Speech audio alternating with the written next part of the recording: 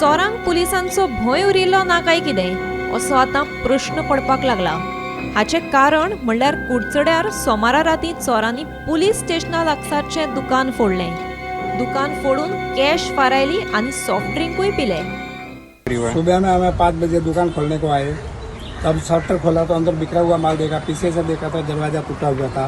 ताबड़तोड़ घर पे हमारा बड़ा बेटा था, उसको फ़ोन किया तो उसको पुलिस ने लेके पुलिस को साथ में लेके आया। पुलिस ने सब इंक्वायरी किया, फोटो लिया, सब चेक करके।